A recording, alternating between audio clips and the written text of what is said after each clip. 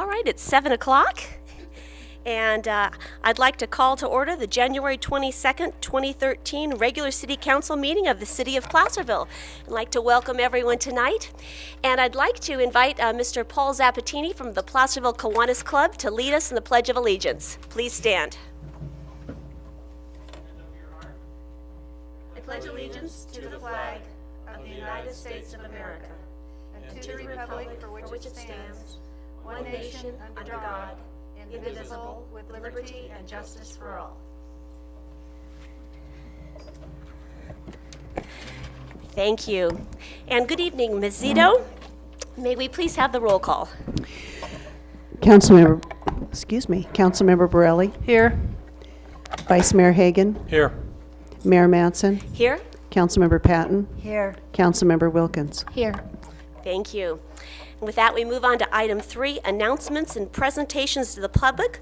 And there are none listed here, but I know that Vice Mayor Hagan has one. So, Mr. Vice Mayor.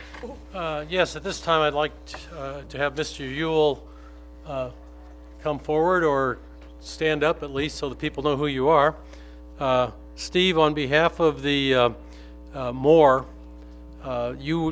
your department, specifically the parks side of the recreation and parks has worked with Moore for a number of years, and you guys were voted again this year, and I've said because I understand this is the 4th time you've been voted for this, Community Access Program Employer of the Year. That's a vote by not only the clients at Moore, but the the staff at Moore. So both of them did that, and you guys truly deserve this nice award, this nice plaque. It's not nearly enough to say what Moore thinks of what you guys do, including our special needs clients in the work process here at the city. So again, thank you very much for all you do to make sure that your staff works well with these folks at all of our city parks. And they really do help us save a lot of money and an opportunity for them to meet with the public at large to work with them. They also work, and I guess if you have that contract now, they do clean up our parking garages. So again, thanks, Steve, and here's that nice plaque for you.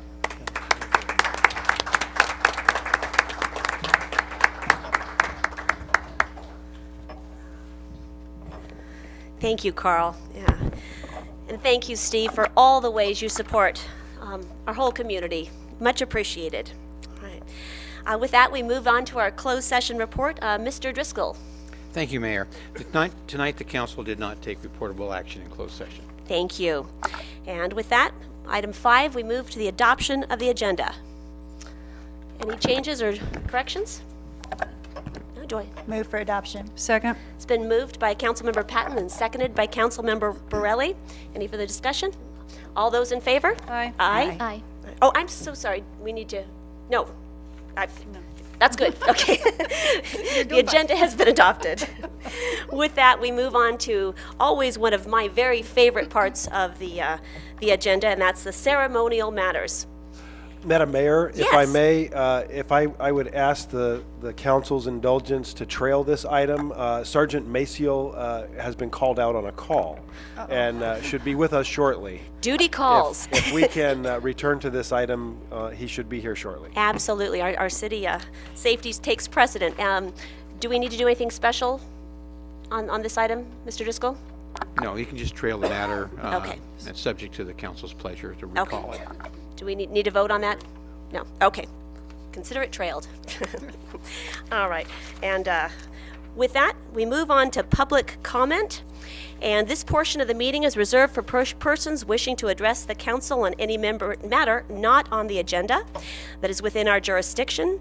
And you have 3 minutes, and please come to the microphone and state your name for the record. But before we move on to oral communications, do we have any written communications, Mr. Morris? None tonight, thank you. All right. And with that, we move on to oral communications. Is there any member of the public that would like to speak to the council? May please come forward and state your name for the record. Good evening. Good evening. Sue Rodman, Placerville resident and user of the El Dorado Trail. And the portion of the trail that runs between Clay Street and Mosquito Road has a parking lot next to it behind what used to be the Toyota dealer, Joe Stansel's area, and the Wilkinson building. And as I was walking there on Sunday, there were two people cleaning the leaves out of the parking lot and blowing them onto the trail. And so I asked them politely if I hoped that they were planning on cleaning up the trail as well. And the response was, the city has plenty of money and they don't pay him enough to do that, and he didn't think it was his responsibility. So I thought, well, that's kind of interesting. And I said, well, sometimes we do things just for community service. For example, I pick up after my dog and others that I find along the way. And he was pretty flippant about it. So the next day I went back and it had been cleaned up, but I don't know by who. So whether they actually went back and did it or not, but I was wondering whose responsibility it is, because the leaves were coming from the parking lots. They were coming from the trees originally, but eventually into the parking lots and then being blown onto the trail. So I wondered, does that responsibility fall with the building owners to clean up what they blow onto the trail? Or, because it's still pretty dirty today. The leaves have been picked up, but the dirt and gravel that he blew on there is still there. Okay, we'll get that answered.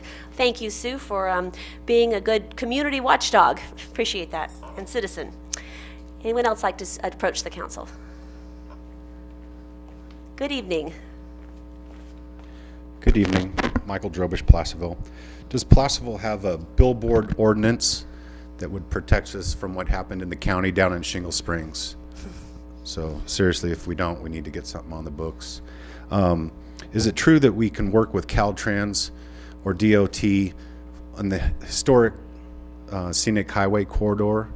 And if we had some kind of a anti-billboard signage that they go along with that, is that true? I'd like to see the city council do a resolution of support for Assembly Bill 134, and you can talk to me later afterwards what that's about.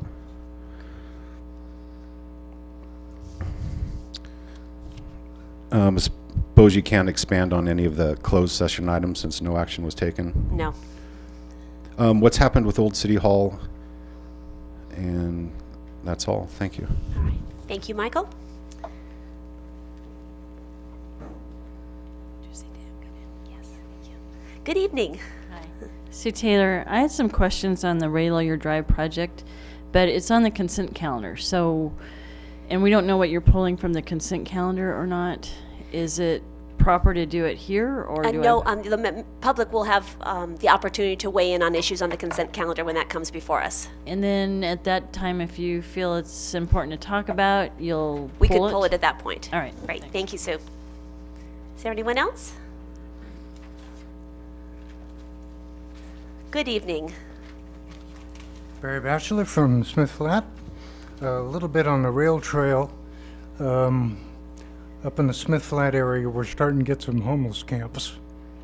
We're getting overflow coming underneath the overpass at Point View.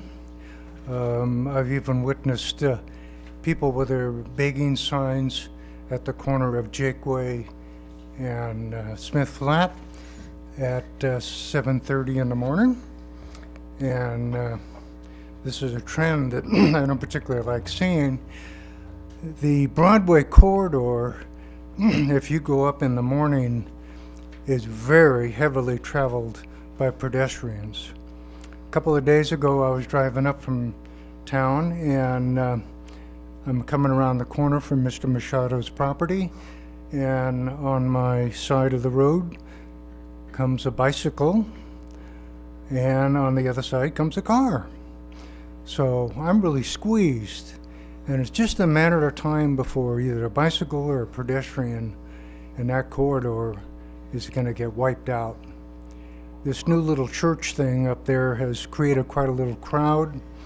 We got the dining room, we got Hangtown Haven, and then on top of all that, we got some local people that walk down there.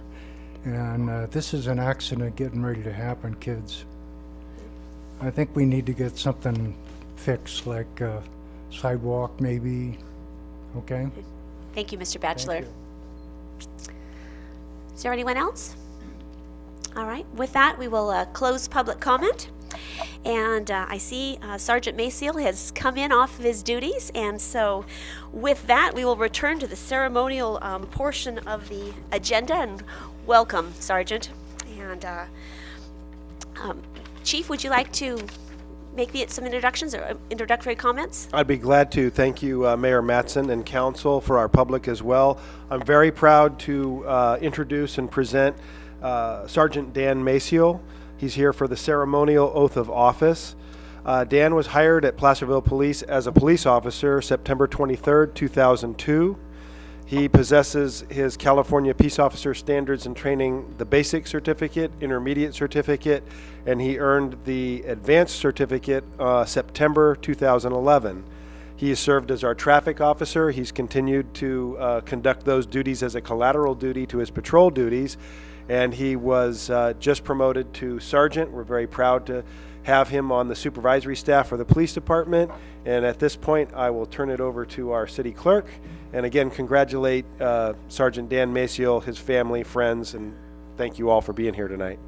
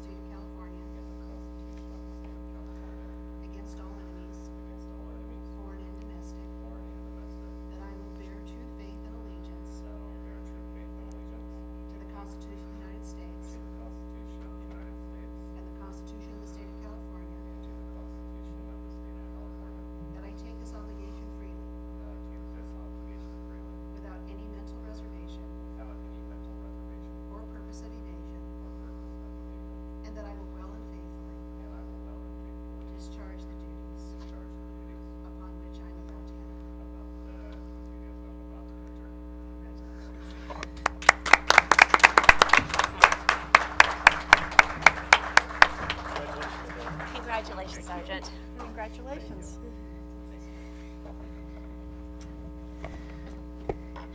And I had the privilege of sitting in on one of the community interview panels for Sergeant Maciel. And everyone needs to recognize that the competition for our sergeant position was incredibly steep. There were many, many qualified individuals that interviewed that day. And the fact that Sergeant Maciel has risen to this position is a tremendous credit to his contribution to our force. And we're very grateful to have him as his position of sergeant, and we congratulate him on his new position. So once again, congratulations, Sergeant Maciel.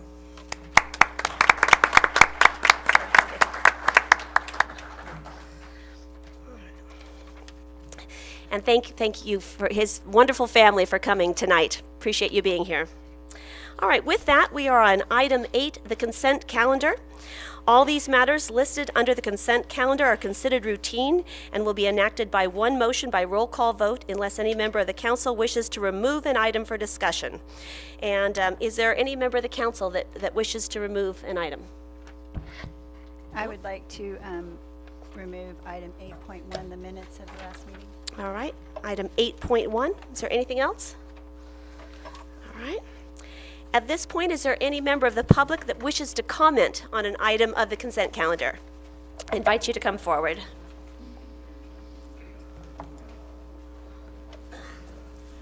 Good evening. State your name, please. Evelyn Vierkamp, Placerville. Do you want me to do the whole thing now or just tell you what I want to do later on? How does it work? As far as the consent calendar? Yes. Any comments that you have on the consent calendar? Okay, yes, I Now's the have a time. comment on 8.7 in respect of the various advisory committees.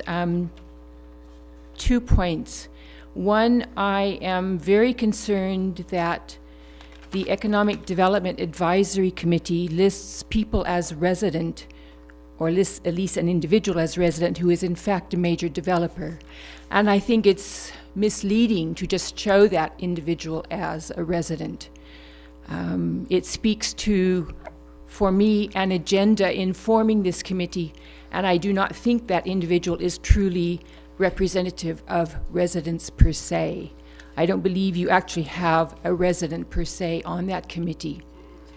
One other thing in respect of the Economic Development Advisory Development Committee, or vice versa. I have learned recently that this committee does not have to submit Form 700s. I'm not sure if one is to be legalistic what the requirements are, but the City of Placerville does not think that the Economic Development Advisory Committee meets the criteria for having to submit forms which could point to conflict of interest. In doing some research, another individual has discovered that a great many cities or municipalities do in fact have all their committee members, whatever they are, submit Form 700s. And personally, I think it's a dereliction that Placerville is not doing that because, for example, with the Economic Development Committee, there is room for a significant conflict of interest. And I would like this city to think about requiring all of our committee members to submit those forms. It's not going to take them very long, and it will certainly put minds at rest to have those on file. Thank you. Okay. Thank you. Does any other member of the public wish to comment on an item on the consent calendar? Hi, Sue Taylor. 8.9. I guess we're not pulling that. We're just going to have comment. And I really would like to hear a discussion of what's happened that we're rewriting, I guess, the road project. But I've watched these projects get approved without really even having a big map. I mean, this is a huge infrastructure project, and it would normally you'd think you'd have a big picture on the wall, and maybe there is, and I'm not seeing it, and I haven't gone down to pursue that. But my concern is that right now the county built a bicycle path that didn't work, and it's very dangerous and hazardous. And I met with them to say, okay, now what? And I'm really curious and worried that these projects over there are continuing to be blight to me. I'm looking over that area and it's just turning to blight. And I'm concerned about, I think just simply on this project, you got an off-ramp coming off Raylawyer Drive. What happens at 5 o'clock? Now we've got all the county vehicles coming off of Raylawyer Drive onto the freeway at 5 o'clock without a stoplight. And maybe that's incorporated somewhere. We're just now designing this. I don't know. But I just see more headaches trying to get down the road and having this I know is already approved. Everybody's all excited about it. But I'm stressed about coming down to Placerville when this thing gets built. And dealing as you're coming around a bend and dealing with an off-ramp that's coming onto the freeway as you're maybe trying to get off at Placerville Drive. I'm really concerned when I watch them building this and what's happened so far with all their other projects on Highway 50 and even the Missouri Flat Interchange. It's not even, they're starting another phase of that. And so they built an interchange that's not really designed properly because they're planning for it to be even bigger. And so sometimes we're building stuff because we have the money in the bank or someone gave us some money to start it. But I'm really a little worried about how all these road projects in that section's going to pan out in the end. And anyway, right now the county's looking for another $42 million to expand Missouri Flat Interchange again. So anyway, I hope somebody here somewhere asks a question about how these are all going to play out. Thank you. All right. Thank you, Sue. Any other comment?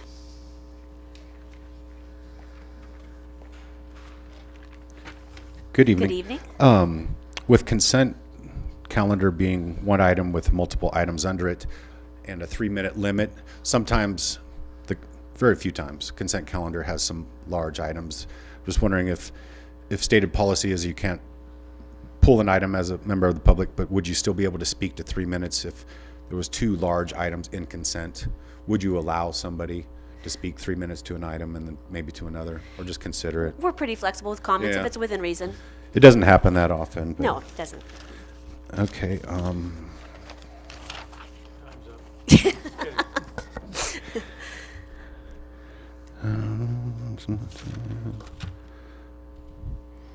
On accounts payable, there's a 219,000 line item is for the SRF loan payment. Is that for the sewer plant? And then how much have we paid and how much do we owe? Okay. We can get that answered for you later. And just again on payroll register, it's always blank, and I just request, I know you want security, but job title with a dollar amount.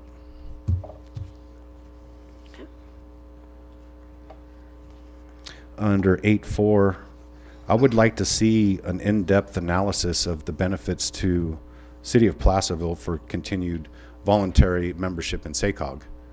What do we get out of being members with them?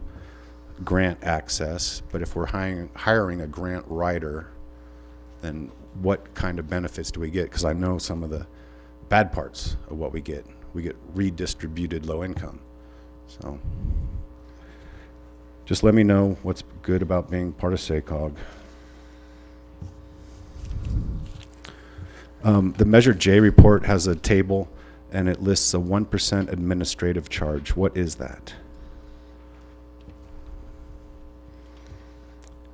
On 8.7, I would like you to follow stated and written city policy that you do not miss more than 20% of your meetings as a council, as a board or commission member. We have someone who's missed half their meetings. And do we have any guarantee that if they stayed, would that continue? Would it cease? Especially if you start to get more applicants for that committee. Okay, that's all. Thank you. All right, thank you, Michael.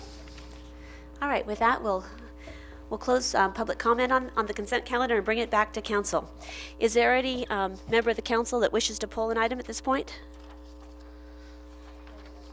Well, in addition. No. All right, so with that, we will take a roll call vote on items 8.2 through... Move. Okay. 8.9. It's been moved by Councilmember Hagan, seconded by Councilmember Borelli. Mrs. Ito. Councilmember Borelli. Aye. Vice Mayor Hagan. Aye. Mayor Mattson. Aye. Councilmember Patton. Aye. Councilmember Wilkins. Aye. All right, thank you. And we will revisit item 8.1 later. Let's see, 8.1. All right. With that, we move on to item 9, which is 9.1, a second reading of an ordinance amending City Municipal Code 1-14-3 entitled Meetings. Mr. Morris. Thank you, Mayor and Council. This item was reviewed or introduced at your last meeting to change our meeting times from 7 o'clock to 6 o'clock. The purpose of this item now is to have the second reading and adoption of the ordinance. Our recommendation is to waive the second reading and adopt the ordinance. As discussed at the last meeting, this then would take effect 30 days from today, and the council meeting following that is when we would schedule it at the earlier time. So. Okay, great. At this point, are there any questions of council for staff? I did have a question. Yes, and Councilmember it still Patton. had to do with, I brought it up before, not introducing a new agenda item after 10 o'clock, and I was told that it would be part of the policy, or how You're can we right. We'll need to bring that back. That's my mistake. We were supposed to bring that back as part of this, but we can bring it back as a policy separate from the actual ordinance that the council can adopt as a policy, and I will make sure that that is done. Thank you. So bring that back as a second agenda, another agenda item, but we can finish the this future, in the right, future. correct. Okay, does that, all right, great. Any other council member? Okay, is there any member of the public that would like to speak on our meeting time? Seeing that, we'll close public comment. Any other further discussion from council? Do I have a motion on this item? So moved. So moved. Second. Been moved by Councilmember Borelli and seconded by Councilmember Hagan. All those in favor of changing our meeting time to 6 o'clock? Aye. Aye. Aye. All right. So moved. All right. Great. Hopefully that'll make it easier on the staff too and make your days not quite so long. All right, with that, we move on to item 10, a public hearing.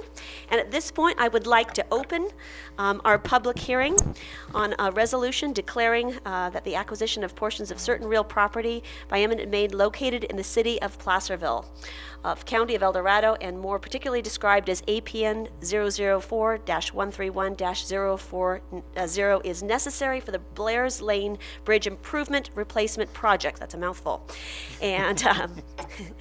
And at this point, I'd request council to explain the nature and scope of the hearing in a staff report. So I will turn that over to you, Mr. Driscoll. Thank you, Mayor. My pleasure to do so. Tonight, the city is considering the adoption of the proposed resolution of necessity for the initiation of condemnation or eminent domain proceedings to acquire fee and easement interests in certain real property located within the city for the Blair's Lane Bridge Improvement Replacement Project. Very good. From now on, I'll call it the project. How's that? The property is described as you mentioned, APM 148-0250-054, commonly known as 1332 Broadway. The owners of record are Lee and Umesh Patel. Specifically, the purpose of this is to construct, for the city to acquire the following interest in the property: a 225 square foot right-of-way in fee title, 191 square foot temporary construction easement, a 356 square foot slope and public utility easement, and 2 additional 10-foot wide public utility easements along Hangtown Creek. The property itself entire parcel is improved with a motel. However, the portion that the city is seeking to acquire in fee and easement interest is along the west side of the property. It is occupied by Hangtown Creek. Basically is the creek bed itself, and the bed's just adjacent to it, but not part of the actual usable property of this parcel. There is no utility to this property that we are seeking to acquire. That is no use for the actual property that is being used as a motel. Tonight's hearing is set for a public hearing, and a notice was mailed to the property owners of record on June 3rd of 2013. I have a copy of that notice, which I would like January 3rd, 2013. A copy of that notice, which I'd like to give to the city clerk for the record.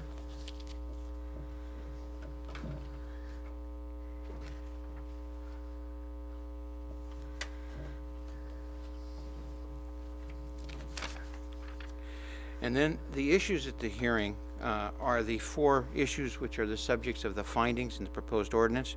1, whether the public interest and necessity require the project. 2, whether the project is planned or located in a manner that will be most compatible with the greatest public good and the least private injury. 3, whether the real property described in the resolution of necessity is necessary for the project. And 4, whether the required offers to purchase the real property were made.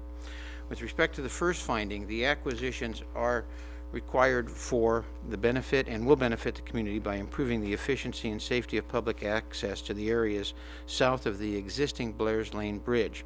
Currently, that access does not meet city street standards. The bridge itself does not meet flood standards, and the area there ultimately serves at the terminus of Blair's Lane, a retirement village, which one of the conditions of which, with respect to that village, was that this bridge be upgraded. It was a condition of that particular development. That's Eschaton Village. Eschaton Village, yes. The bridge is located on the only access route to the residences on the south side of the bridge and that retirement community. The project's impacts to the property are minimal, as I described. It's really of no value to the property itself. It consists of the creek bed and the banks along the creek. And the subject property is, as I said, located primarily along the banks and no utility. So it's believed to be in a manner that is most compatible and with the least injury to the private property that's involved. As I understand it from staff engineering, the property is necessary for the bridge. Without this additional property, the bridge, which is actually being replaced, cannot be constructed in sufficient size to meet the street standards and the safety standards that are required. The city has negotiated takes with respect to the other adjacent property owners. This is literally the last piece of the puzzle that comes into place to make this happen. Without this, the project cannot go forward. There are funding and timing requirements, so it's necessary that we move ahead at this time and acquire this property. The last finding is that offers of just compensation have been made. Appraisals were done on the subject property. As the take changed and was modified, subsequent appraisals were also conducted. Once those were done, offers have been made to the property owners, subject to Government Code 7267. And although we may still be able to resolve this, at this point those negotiations have not come to a fruitful conclusion. And so in order to get thing moving and meet the timelines we have to, because if we start the eminent domain proceedings, it will take some time to go through all that. We need to get this process started now, although we ultimately believe that we probably will be able to reach some sort of a negotiated settlement. Okay, all right, thank you, Mr. Driscoll. At this point, does council have any questions for Mr. Driscoll?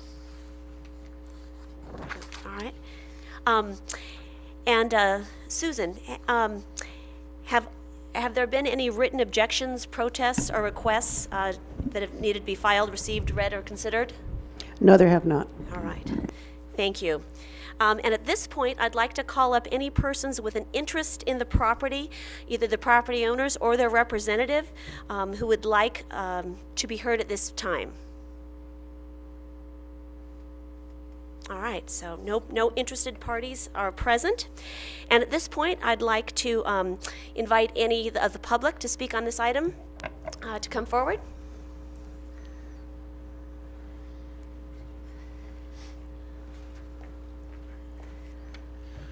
Good Good evening. evening. Page 3 of the staff report states that some developer funds are going towards this bridge. So did the Eschaton project contribute some money to help replace that bridge? If so, how much? Okay. And then on the city needs the bridge and utility easements, but in negotiating the property, do you consider mineral rights? I mean, if you left them with the mineral rights and you got the land for the bridge. I will get that answered for you. All right. Thank you. Any other member of the public? All right. At this point, I will close the public hearing and bring it back to the council for further discussion on this.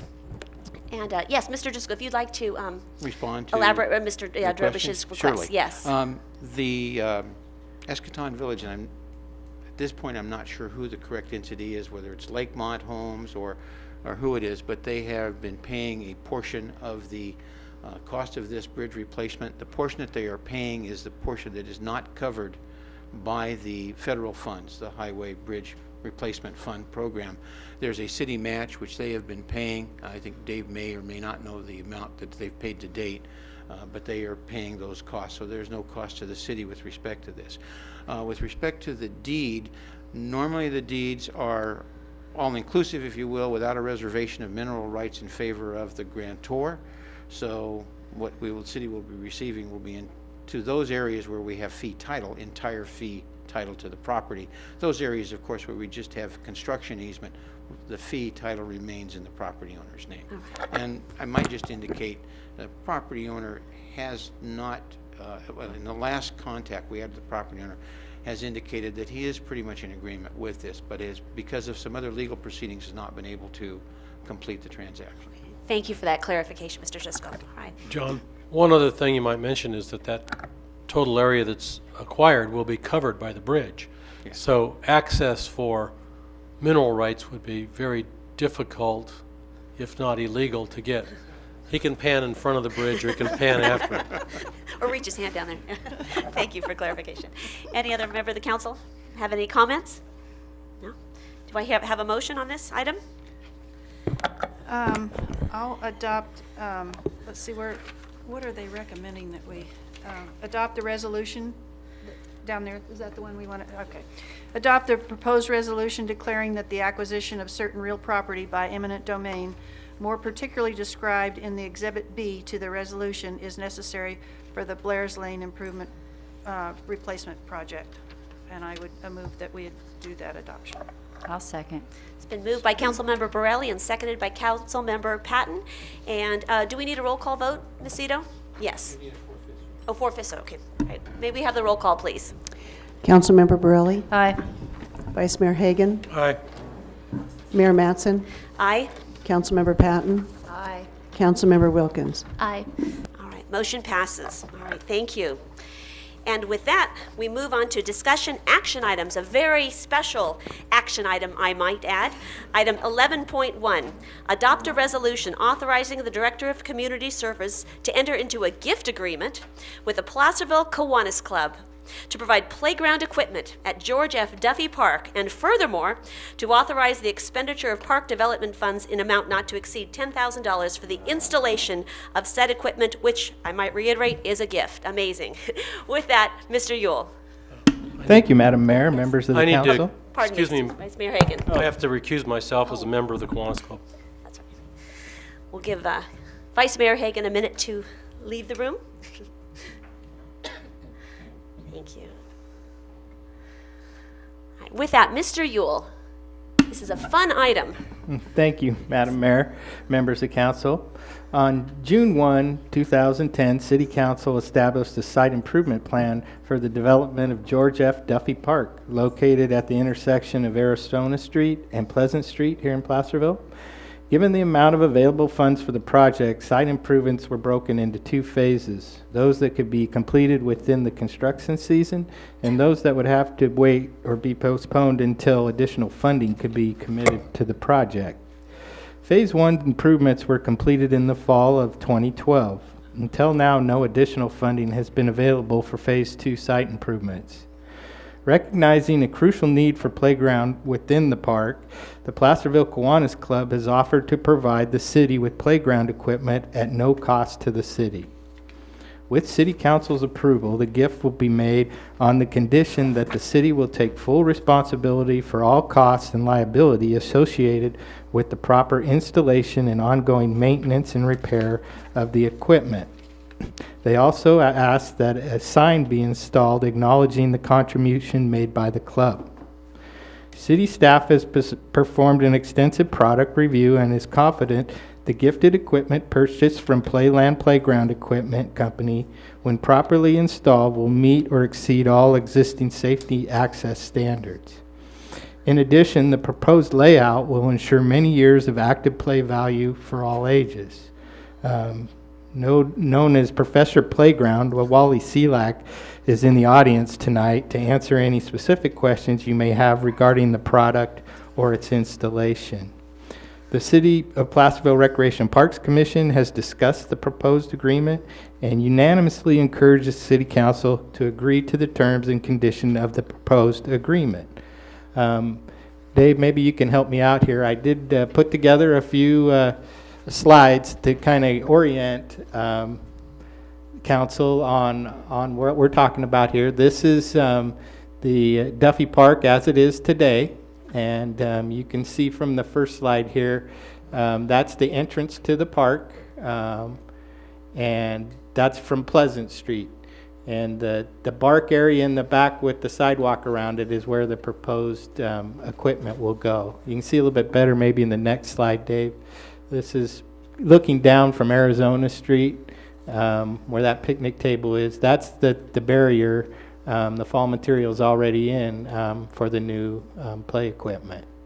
And the next slide gives you a overview of the layout. There's 3 components that we're proposing for the site, and it's real exciting to see. We have an opportunity, we have enough space to actually get some swings back in our park system, which is something that we've been lacking due to space. And so that's a really neat component. And then you can see there's 2 typical deck systems that can address different age groups. There's components for all ages, which is exciting. And the next slide is a little bit more of a close-up of those 2 main play features, typical deck systems that you see throughout our existing park system. And then the next slide is just another view of that landscape view of the same equipment. And the next slide is, I'm sorry, it's kind of blurry. But this is the proposed signage for the park, and this would be located facing the entrance from Arizona Street, and it would be a bookend of the existing signage that we have out there now. So I think it would really complement the park. On the on the Pleasant Street side, there's a logo. The city's logo is on that. I think you could see that in the second slide. Dave, maybe. There it was. Back one. Yeah, I'm sorry, it's hard to see, but that rendering that you saw mirrors the existing one that's out there. Same colors, same font. The only difference being the wording, acknowledging the Kiwanis Club and the logo on the top. The cost associated with the purchase and delivery of the playground equipment is approximately $30,000 if we were to go out and try to purchase that on the open market. Costs incurred by the city associated with the installation of the play equipment and additional signage is anticipated to be about $10,000. The project will require paid assistance from a certified playground equipment installer who is authorized to install the playland product. This practice will ensure the product liability is not compromised. With assistance from a certified installer, every effort will be made to keep installation costs to a minimum by utilizing park maintenance staff throughout the process as much as possible. And so that's our plan. At this time, I'd be happy to answer any questions you may have. There's also members of the Placerville Kiwanis in the audience tonight. And as I mentioned earlier, there's a representative from the playground manufacturer also. So with that, I'd be happy to answer any questions. Thank you, Mr. Yule. Is there any member of the council that has a question for city staff? Not at this time. At this time? Councilmember Patton? Thank you. Thank you, Madam Mayor. Steve, I have a question on the sign, and it has to do with the Kiwanis logo. Was that a request from Kiwanis, or was that a suggestion from the sign company or from the city? And just a little bit of background, all the other signs in the city all have the city logo at the top, and then the text is where the differentiation of wherever site you are comes into play. And this, I think, would be the only one that has a different logo at the top. Would you shed some light on the history of it? First of all, it was just a collaboration between the Kiwanis Club and myself as far as the proposed signage.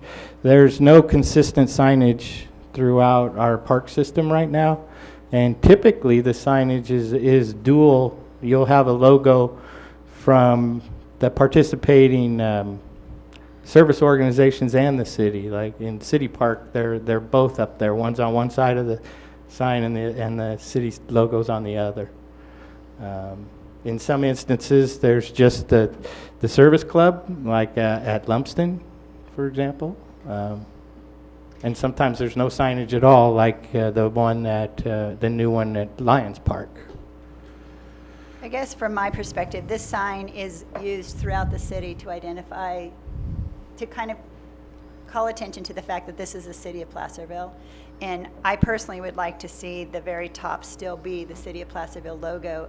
Certainly giving credit to the Kiwanis Club. I don't want to take that away. But I do think that the top of this sign, since it is the exact same sign that's used throughout our city, it may not be used at all the parks, but it's used at every parking lot on Main Street. It's used up and down Broadway.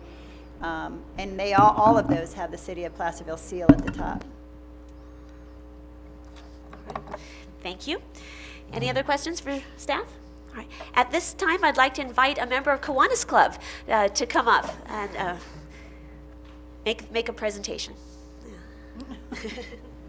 In fact, would all of the Placerville Kiwanis Club representatives please stand up? I will ask that. Since That's you're right. not We need the responding to posse up call. here. Come on. Come on. Come on. Come on, you guys. You don't think I got you down here just to sit on the chair? And by the way, Steve Healy is probably watching on TV right now, so we want Hi, to Steve. shout out to Steve, also a member of Placerville Kiwanis. The motto of Kiwanis is supporting the children of the world, one community at a time. We, when approached by Steve Ewell, felt that this was an opportunity for Placerville Kiwanis to support Placerville. It is a park that I am intimately familiar with. I run through it about 3 times a week.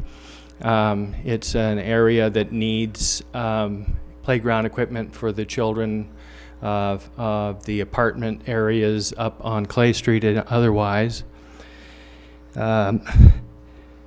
And as Steve mentioned, we brought the big guns. We brought the professor here this evening. That's Wally Seelock, who's a graduate of Ponderosa High School and is the one who designed the layout, brought to us the equipment at a substantially reduced rate. So we got, as Steve mentioned, value of over $30,000 in playground equipment for this gift.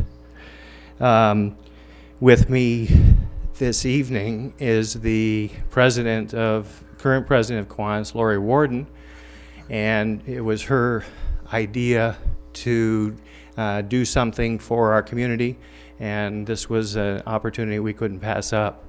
I also have our Secretary Rita and Rod here this evening, and the other members of Kiwanis are at home having dinner and a drink right now. A gift agreement has been drafted. I understand that Mr. Driscoll has at least approved the initial draft of this, and we have the gift agreement with us, signed by our president, Lori Warden. It is unfortunate, frankly, that Mr.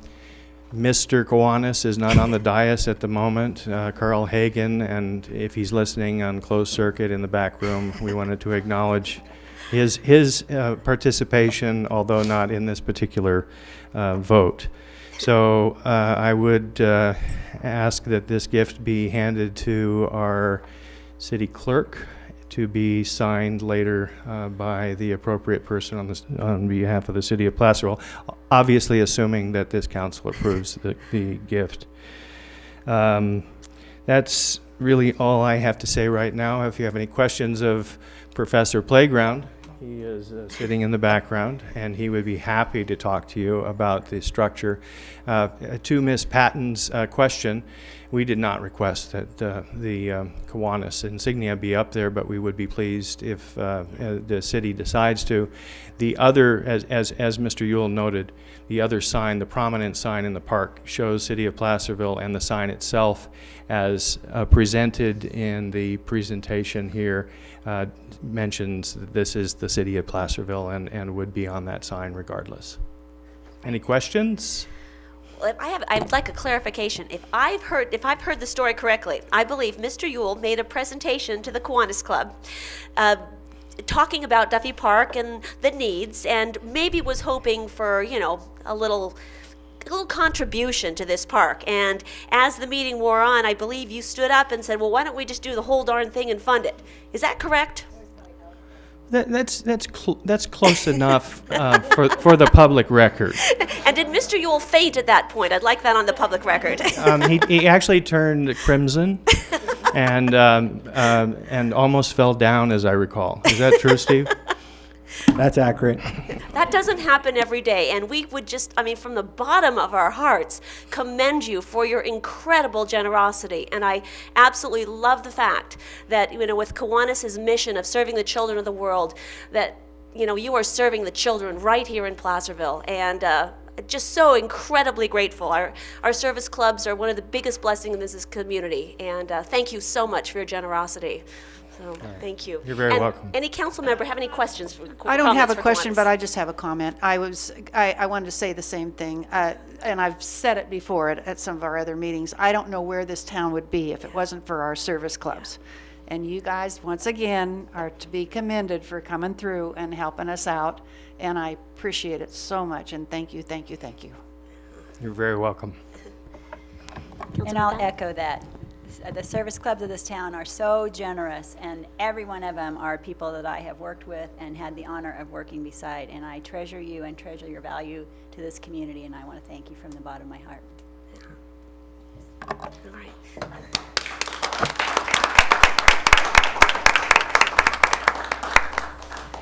And at this point, is there any member of the public that would wish to comment on this incredible gift?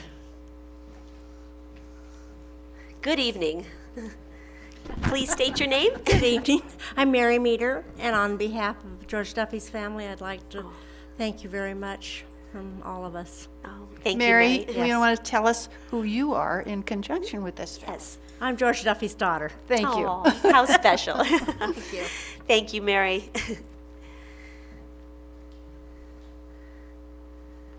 Good evening. Good evening, Steve No, resident. I think the sign's fine just the way it is. I mean, they're making such a great donation, and it's great to give them the recognition that they deserve. So, Thank you. Yes, absolutely. Madam President. I would also like to add that this is an opportunity for Kiwanis to work with Key Clubs in Placerville. Our plan is to have activities for our Key Clubs to help with the maintenance of the park in order to get the kids in our community, the high school children in our community, and the Action Club and Markham's Builder Club, and give them an opportunity to give back to the community. So we will be scheduling, in conjunction with Steve, various activities at this park in order to ensure that the young people of our community understand how important it is to give back. That's a great Wonderful. idea. That's wonderful. Thank you. All right. At this point, we'll close the public comment and bring it back to the council for questions or discussion. Yes, Councilmember Patton. On the gift agreement, there is, on the third paragraph, it says, said gift of the playground equipment will be installed by the city in the Robert Duffy Park. So maybe that's a typo, should be George Duffy Park. Thank you for that clarification. All right. Councilmember Burley, do you have any other comments? No, I was just going to make a motion. Okay, we'll just see if there, Councilmember Wilkins. No? I do have a question. As far as the sign, does the council need to weigh in or decide on that, or is that up to the Park and Recs to work with Kiwanis on that? I think this would be the time to make a decision. Okay, 'cause- unless you want to send it back to the Recreation and Parks Commission for further discussion, we could do that and get it back up to you.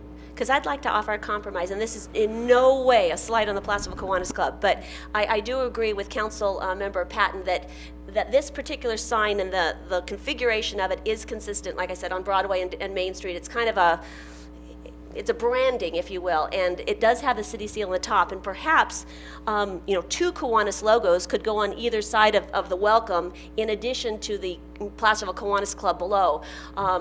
Put logos all over it. I mean, they absolutely deserve the recognition, and it needs to be prominent, and then the Kiwanis logo needs to shine through for their generosity.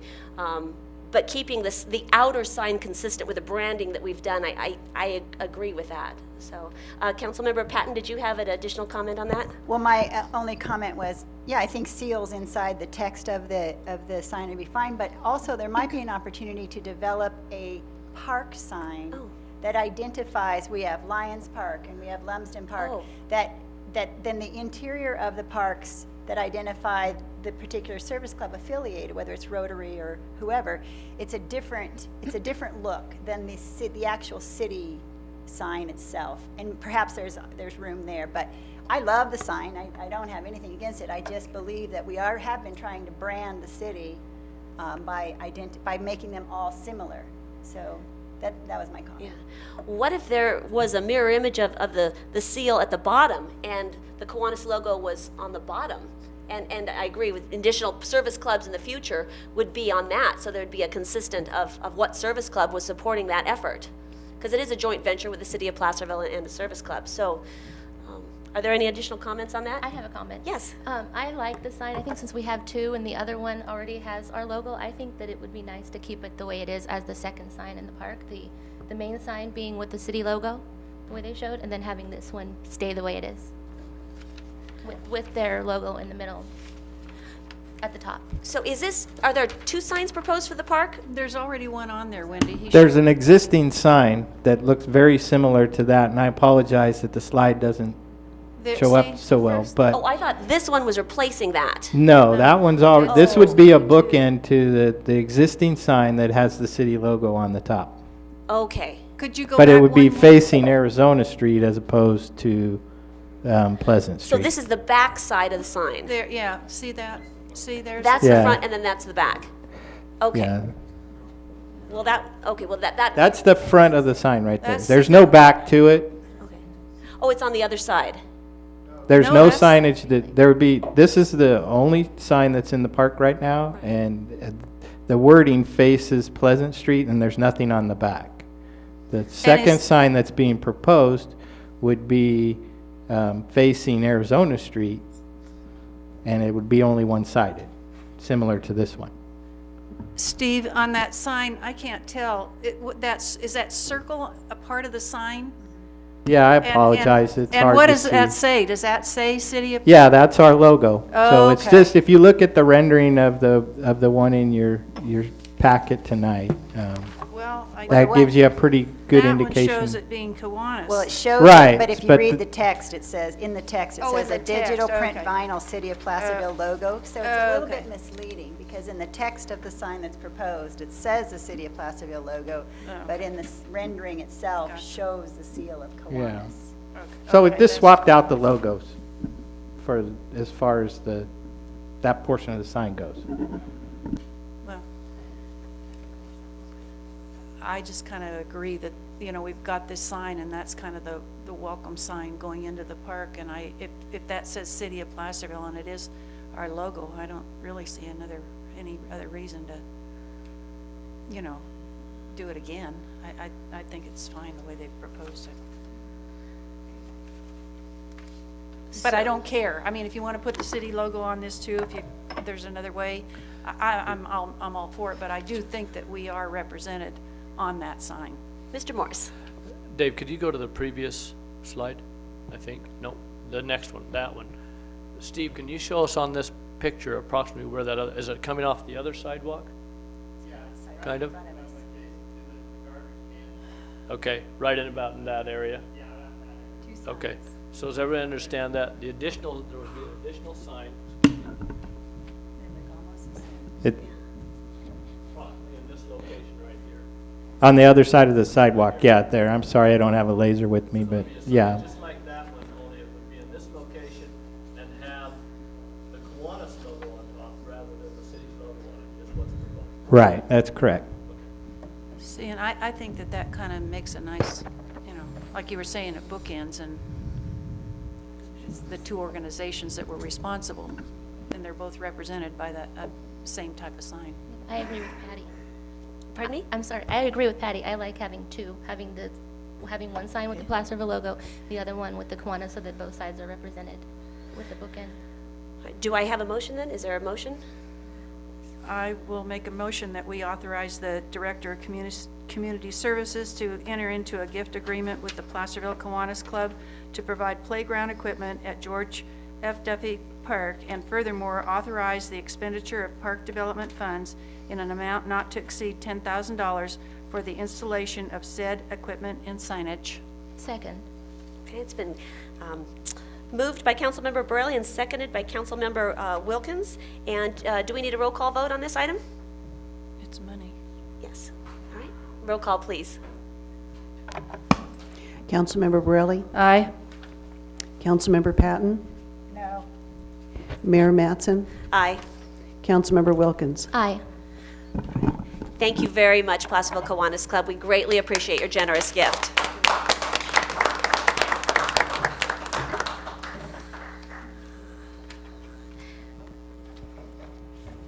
All right. We'll bring Councilmember Hagan back and move on to item 11.2.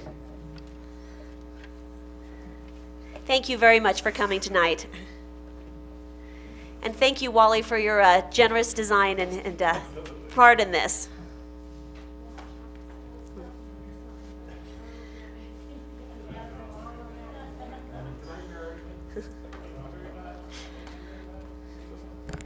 All right. All right, at this point, we move on to 11.2, direct staff to seek approval of a supplemental environmental project in the amount of at least $16,500 in response to Regional Water Quality Control Board's administrative civil liability complaint R5-2013-051. Mr. Webb is out sick with a nasty flu that's going around, so at this point, I guess, Mr. Morris, you're up? I am, I guess. All right. Unfortunately, yes, today our Development Service Director, Mike Webb, was not able to come to work because he apparently has the flu. And our city engineer, who was going to fill in for him, also went home sick today. So I'm filling in for both of them, so hopefully I can get through this Glad and you explain stayed well it for thoroughly. tonight. I'm still doing well, yes. In 2008, the Central Valley Regional Water Quality Control Board issued a new order affecting discharge requirements into streams and rivers, et cetera. And basically, the discharge requirement is for low-threat substances, including potable water. And what it basically required is reports done and testing done whenever there is water from our potable water system that goes into the storm drain system and eventually into the streams. So basically what this means is when we have a water line break and water escapes the system and goes into the storm drain system, if we may be flushing a line for some reason, there may be a leak, a number of circumstances such as that where water could get into the storm drain system or gets into the storm drain system, we are required to quarterly submit a report, and immediately if there is an instance like that, we are required to do testing to show what the water quality was that got into the stream. So since that time, we have been doing that. However, due to staffing turnover, which is no excuse, but changes we've made in those Public Works and the Engineering Department over the last year and a half, there was a mistake made in which these reports were not getting done. There were actually 4 quarters of reports that were to be done that were missed. One of those quarters, we did have actually a water line break, which would have required the testing. The water line break happened. We did not do the testing during that time because of the staffing that did not know the proper procedure, and therefore we missed that. On July 26, 2012, the Water Board issued a city a notice of violation for not submitting 4 quarters of reports dating back to the second quarter of 2011 and through the first quarter of 2012. They sent us all the forms, made sure we knew what to do, and in August of that year, of 2012, we submitted all reports that were due for the past 4 quarters. However, because of the 4th quarter report, which showed there was a water line break that discharged water into the system, however, we had not done the testing for that. So over the other 3 quarters, we did not have any instances of water line breaks or any other instance that required testing. There was no penalty for that. However, in the beginning, they informed us that because of that, they were issuing a $3,000 fine for that one report that we didn't do the testing. In November of this year, in November of this year it started, but then recently on January 11th, we received the notice of a violation, which is attached to your staff report, stating that although it was only one instance, the penalty requires a penalty for each 30 days you are late on the report.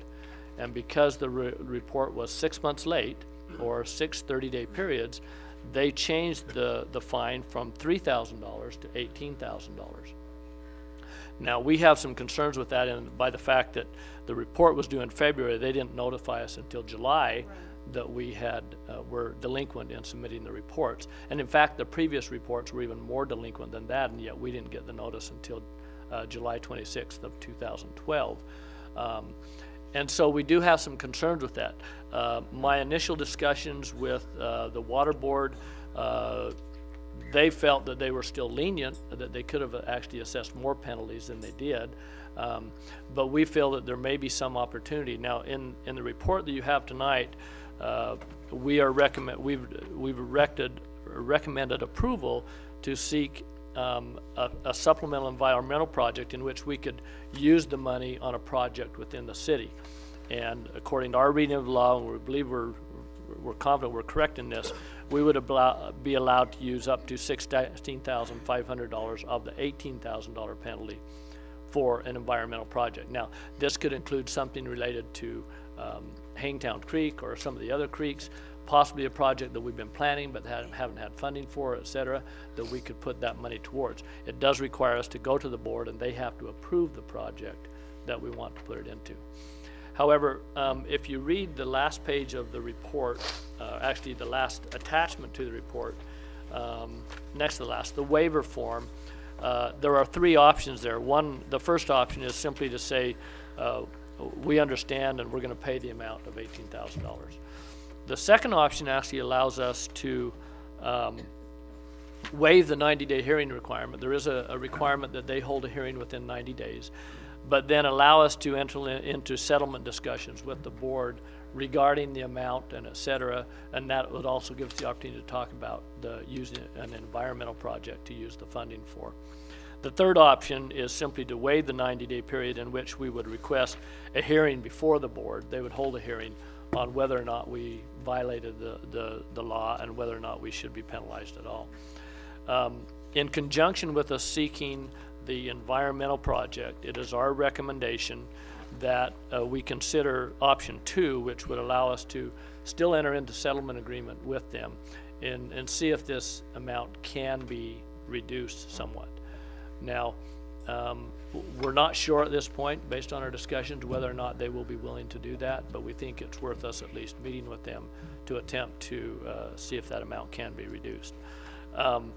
Again, we're not sure what the project is. We have some ideas on projects, but we have not formulated exactly what the project would be that we would request, and it may somewhat depend on whether or not the dollar amount is reduced also.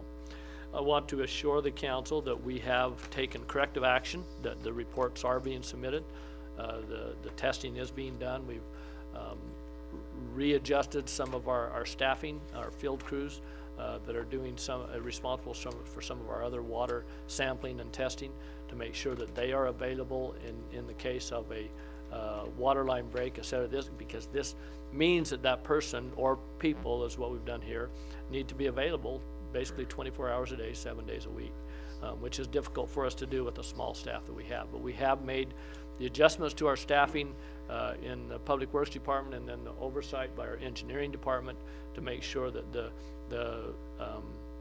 reports are being submitted and the testing is being done going forward. So with that, that may be a little bit briefer than we may have got from the experts that handled this, but I'll be happy to try and answer any questions you may have, and maybe Steve, you can help me with some if I need to. He's been involved with this also. Okay. Thank you, Mr. Morse. And then first we'll go to council questions. Councilmember Wilkins, do you have any questions? When they said that they could have imposed higher penalties than the 18,000, did they tell you what that was? They did not, no. Okay. Anything else? No. Vice Mayor Hagan, no questions? Councilmember Borelli. I want to ask one quick question. You were talking about staffing and the person. I thought that I visited 2 water plants, and I can't remember if it was EID or ours, but I thought there was, so that the guys didn't have to be there all the time. I thought there was some sort of an alarm that was hooked up to their home via computer. Okay. Now remember, we're talking about 2 different things here perhaps. The wastewater plant Yes. does have that. This has nothing to do with wastewater though. Right, but could a system like that be hooked up here? Well, obviously when you have a water line break, that could be anywhere in the city, any line in the city. That could cause this discharge, and we may not know about it depending on where it is. So it doesn't it's a show little bit any, more. okay. It would be difficult. I mean, we have some triggers on our water system. I'm assuming, Steve, that might give us an indication, such as we do have things on the water tank up by the airport, and some of those things that we could. And we would get an indication on perhaps if there's a big fluctuation in pressure, and we do get notified on those. So we do have systems built up for that, but a minor water line break in the system somewhere wouldn't necessarily show up. Okay. Okay, next thing I wanted to say is that I am so disgusted. This just upsets me so much. We kind of went through this before, and I remember that John went and pled our case and won, did a beautiful job. but I mean, it made sense, and it's just like this thing, it just doesn't make sense, and I think, like you're saying, we didn't learn about this until months and months later, and I feel like they didn't do their due diligence in, letting us know, so why do we have to pay the penalty for their mistakes? And I think that's I'm sorry? You mean their delay? Yeah, why didn't, if they knew about this and it sat on somebody's desk and here we're paying the penalty because they didn't notify us. Right. And I just think it's terrible. Again, it's government, at its best. But here we are trying and struggling so much, and then to have this thrust upon us, I just think is just ridiculous. Councilmember Patton? Okay. Just a couple of quick clarifications. So we have not engaged in any settlement discussions at this point. Is that correct? No, we have not. We've talked to them briefly about it, but not about settlement, no. Okay, all right. And so no more questions at this point. So at this point, I'd like to open public comment on this item. Please come to the podium and state your name for the record. Good evening again. Hi, Steve No again. First off, to Cleve, the question would be, what have we changed in the workflow?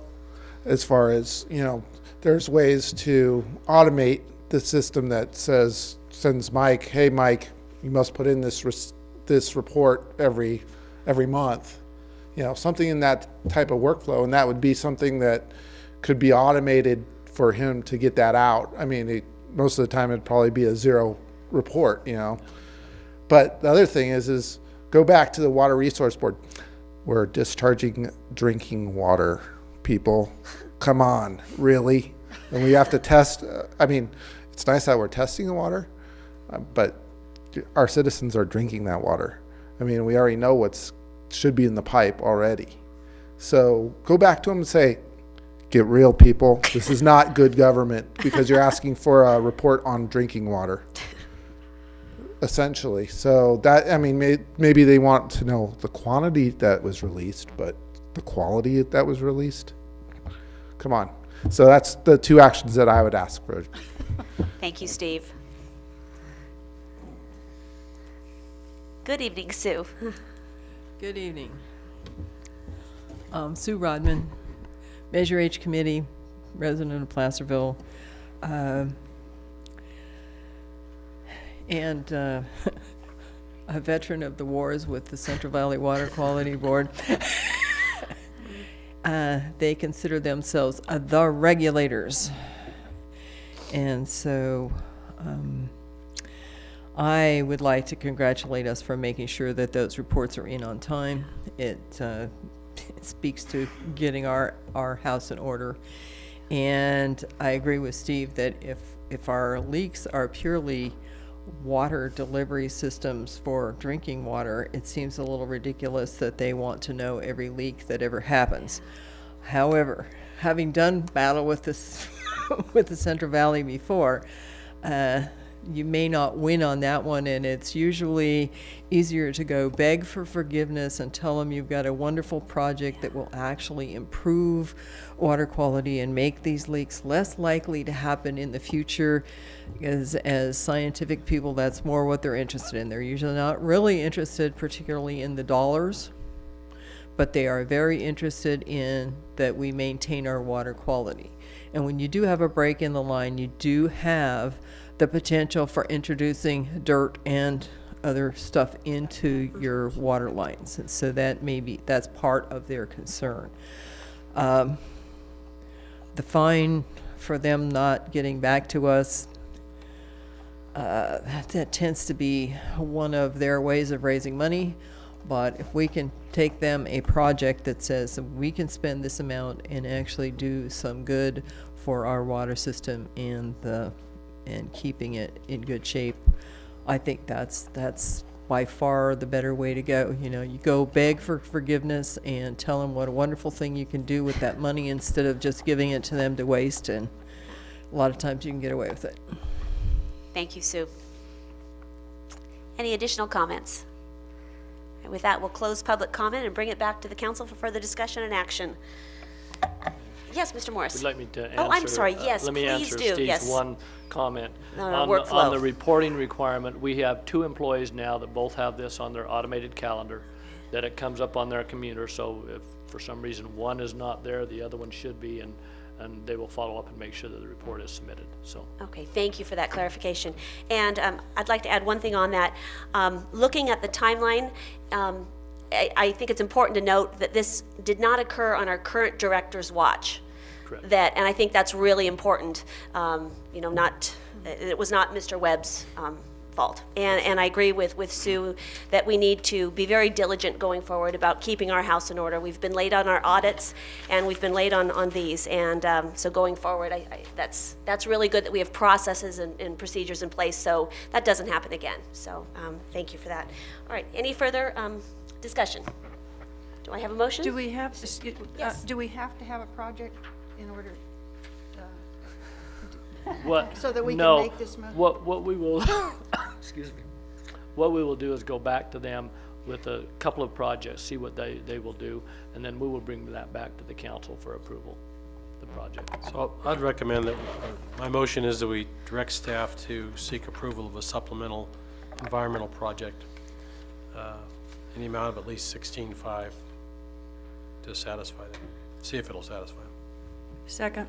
It's been moved by Vice Mayor Hagan and seconded by Councilmember Borelli. And roll call vote, please. Oh, yes. Could I have a clarification? Did you want us to at all negotiate settlement with them, or just have to do the project? Pardon? Yes. So option 2 that I discussed in there, which will allow us to negotiate the Let's go dollar by the amount down, but then. recommendation. What it Option says 2, in yes. Yes. Okay, thank you. Either or, yes.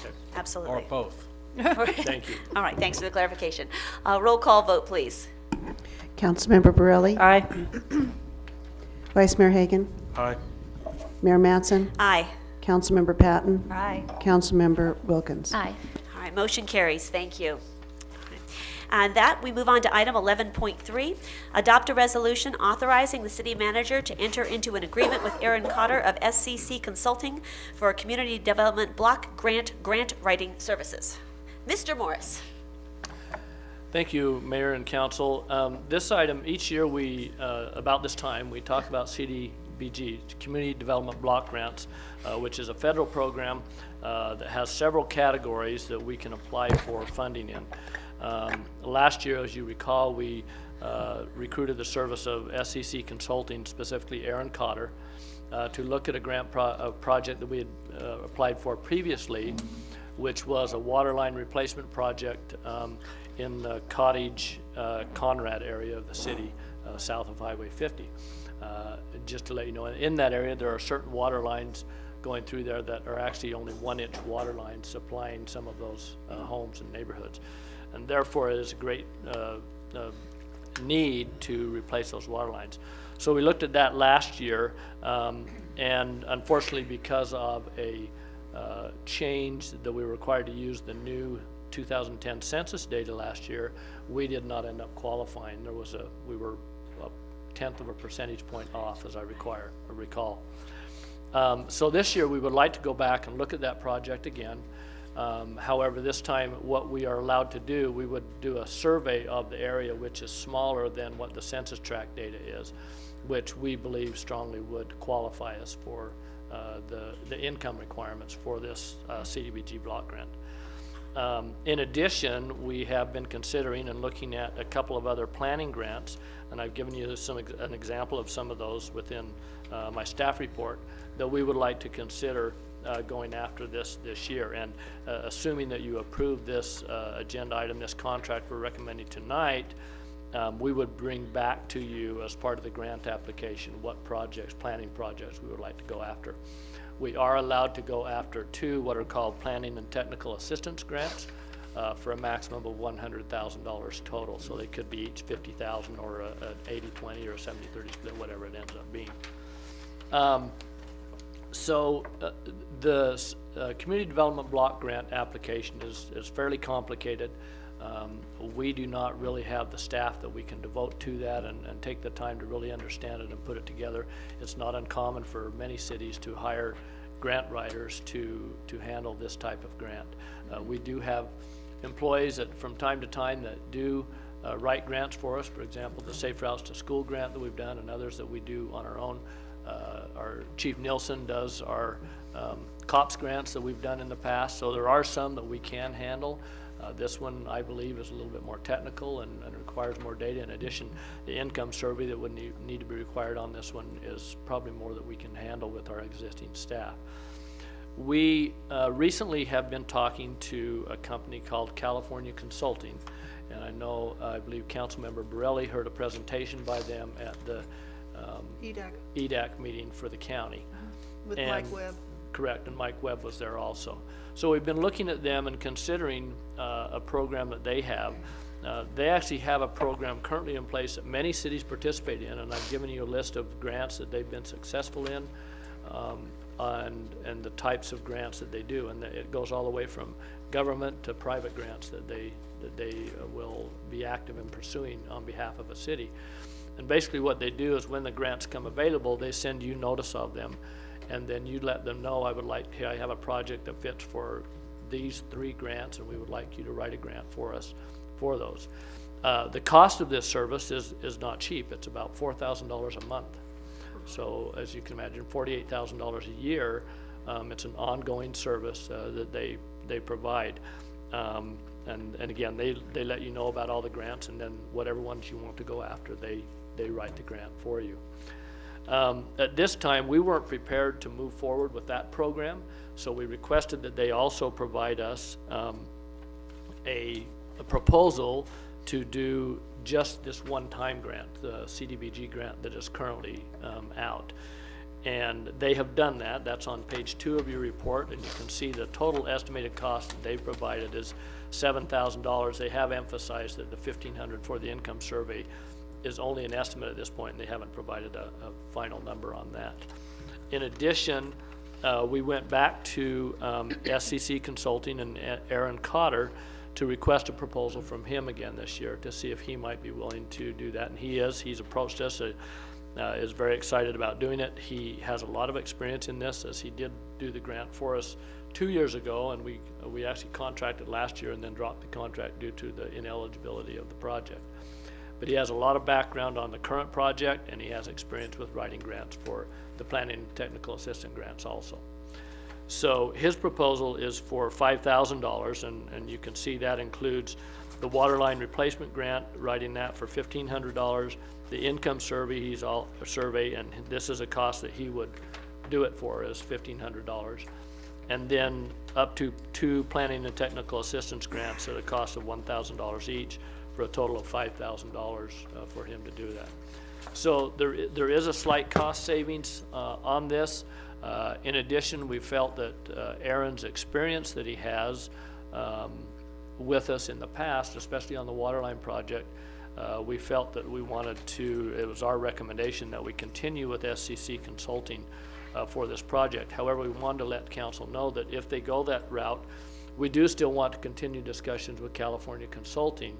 I did approach them and ask if perhaps the county decided to use their services, was there perhaps some sort of discount they would be willing to talk to us about? And they did agree that yes, they would if the county and the city decided to do that. So I'm still in discussions with, I've broached the county and mentioned that to the county that that's a possibility. They are interested in talking to us, and then we can go from there and see what type of discount that California Consulting may want to provide. And I believe it's something that we'll come back and talk to you and consider possibly in this coming year's budget if we want to take a look at it. Thank you, Mr. Morris. So maybe we can have that as an agenda on our next 2x2 meeting, perhaps, or in the future, looking at that kind of cost saving on a grant writing service.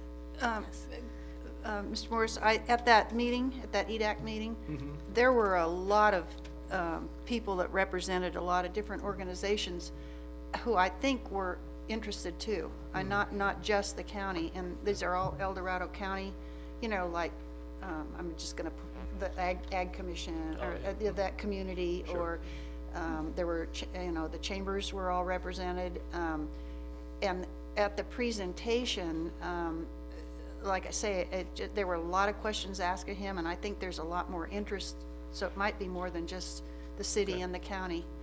And I think I misunderstood something. I thought that you're saying that they would, did you say that they would tell us what grants are available? I thought I understood them to say if we had a particular item that we were interested in, we could let them know, and that they would look for grants that were available. And I might have gotten it mixed up, but I thought. I think it's both. Okay. I think it's both. They do have, because I recently saw the list that they sent out to all their cities saying, these are the grants that are available, and they call it the NOFA, the Notice of Funding Availability. Okay. For the HUD CDBG grant is available right now, they've sent that one out. But there were a number of other grants that were on there also, Safe Routes to School, for example, and others. So they do both. They send those out, but they will also research if you have a particular project. They will also look at that and see if they can find a grant that would match it. So. Well, I certainly, I think that we've missed out on a lot of money, and I would, this is something I would like to propose, that we somehow think of getting this in our budget when, you know, that we hire this company on a, you know, more than just for one project or something. I would like to see that happen, because I keep hearing about all these grants and stuff, and I know that we're missing out, and it sounds like a lot of money, but boy, the money that, you know, could come in, that could help us get some things done that we don't, you know, we can't afford. Right. It pays off in the long run. Now's a good time to be having these discussions. Yes. Yeah. Budget time. Any other questions for staff at this point? No. At this point, is there any member of the public that would like to comment on this item? Please come forward and state your name again. Hello. Steve, no. Question for Cleve. Does the 48,000, is there one-time fee and then they write as many as you're interested, or is there the $4,000 a month and then you tell them, hey, I'm interested in 3 grants to be written, and then there's additional cost on top of that? Or is it just a flat service fee? Hey, we're interested in 3 grants, and then they write it for the $4,000. We'll get that answered. Okay, and then the second thing is there a local company that does this for us, whether it's, you know, if we centric to Placerville, El Dorado County, and then farther out, just keep that, you know, keep the money as close to home as possible. Good thought. Well, we will get that answered. Thank you, Steve. Hello, Michael. Good evening. I know it's kind of a specialty writing grants, but is there any kind of restriction of law for if somebody were to volunteer to Placerville to offer grant writing services and basically get a cut of the money? Is that illegal? Illegal Yeah. or legal? I think it is. Which is it? We'll get that clarified for you, but yes. John is smiling. Just a clarification on page 3 of SCC's proposal. It mentions $5,500 plus expenses, but then it also states elsewhere $5K all inclusive. So just clarification on Okay. which. I have a question. How would the income survey occur? Would a complete stranger in a suit, SCC, be going door to door asking, how much money do you make? That'd be a little bit weird. And if we're going to be paying them $5,000, can we buy a full month's service instead of just these 3 grants? Good question. All right. Thank you, Michael. Anyone else? Hello. Hi, Sue Taylor. So I got the 1,500 was for a water line and replacement, 1,500 for income survey for the CBD grant money, I guess. And then the $2,000, could you tell me again? There was 2 $1,000. One was for, can you repeat that again, for slower? You will get that answered. Okay, I'm sorry. No Well, problem. because I had a question on these. It's just, I'm always wondering, it's great to go out, but what's the objective for the grant money? And I guess the CBG grant money is for the low-income housing program, I think, or explain that. Can you explain that a little bit? We'll get that clarified. All right. And I'm not saying that low income. There's money that I thought the city automatically got for CDB grant funding, but you don't get it like the county does, and then you can designate that. Okay. That'd be nice. Well, they gave it all away, so whatever. Any other comments? All right, we'll close public comment and let's get those questions answered. So let's get Steve's question answered. How does the fee schedule work, and are there local companies that qualify for this kind of writing? First question on the fee is, it is a flat fee. That's all-inclusive for them to do their work, write the application, submit it, and it also includes post-grant administration. So, for example, if there's reports that due after the grant has been awarded, it includes that as part of it also. That can be pretty laborious, can't it? It can be. Yes. It can be, Yeah. sure. Okay. As far as local companies, there may be people out there local. I'm not aware of any that do this. And I'm not sure exactly what the initial process was. It was before I was here when we obtained Aaron Cotter. He was actually working through an engineering firm at the time, as I recall, and he has since broken off on his own for the last 2 years to do the work. All right, that answers that then. And then to Michael's questions, can you explain that how you can't be a volunteer and get a commission basically on a grant? Maybe you can help me on this, John, but yeah, I don't think, for one thing, some of these grants allow for administration costs included, some do not. So there's no money that would actually come to the city. The Community Development Block Grant does have administrative costs that come to the city to actually administer the grant going forward, and those percentages vary depending on what type of project it is. For a construction project, it's higher than it is, for example, the planning and technical assistance grants. Okay, would you like to elaborate on that, Mr. Driscoll? Please, comments regarding the administration costs are certainly accurate. And most grant applications require that the person preparing the grant not have a pecuniary interest in the money that's to be received. So it would be highly unusual if a grant allowed that sort of thing to take place. All right, great. And then a clarification on the SCC proposal. Let's see. I'm not sure where, Isn't it? if I can Okay. answer, California Consulting's grant amount was for $5,500. But SCC Consulting, I believe, is just $5,000, so maybe we're mixing the two. Is that right, Michael, perhaps? Let's say California Consulting cost to do the grant is $5,500. The additional amount is for the income survey that puts it up to the $7,000. And that does not show up in their proposal. That's just verbally us talking to them about the income Okay. survey.